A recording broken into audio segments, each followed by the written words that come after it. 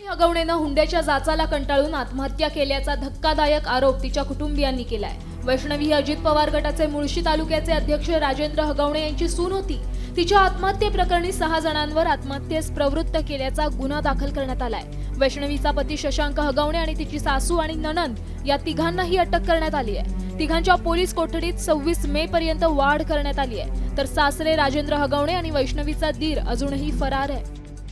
बाळ कुठे आहे ते पण आम्हाला माहिती नाहीये।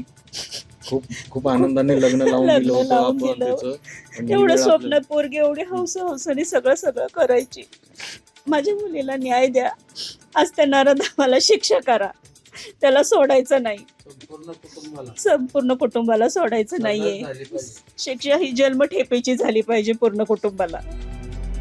आत्महत्येपूर्वी वैष्णवीला मारहाण केल्याचं शवविच्छेदन अहवालातून आता उघड झालंय।